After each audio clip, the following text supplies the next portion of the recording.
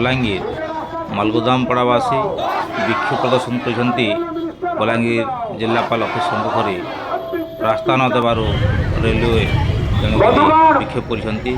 आगामी दिन में महारैली एवं जोरदार संवैधानिक अधिकार पर लड़े हो बोली नेता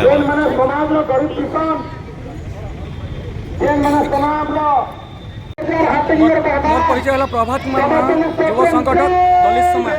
आज आम कलेक्टर ऑफिस सम्मुख करवार आसीचु। कारण हूँ मुख्य कारण हूँ जे आम मालगोदाम पड़ा बलांगीर जिलार मालगोदाम पड़ा के अपराधीकरण बोली कहले और से रास्ता अवरोध कर एप्रुव कर बर्तमान पिला छुआ पाठ पढ़ी मैंने 5 किलोमीटर जीवाके पड़े से लगे आज शांतिपूर्ण धारण रेलवे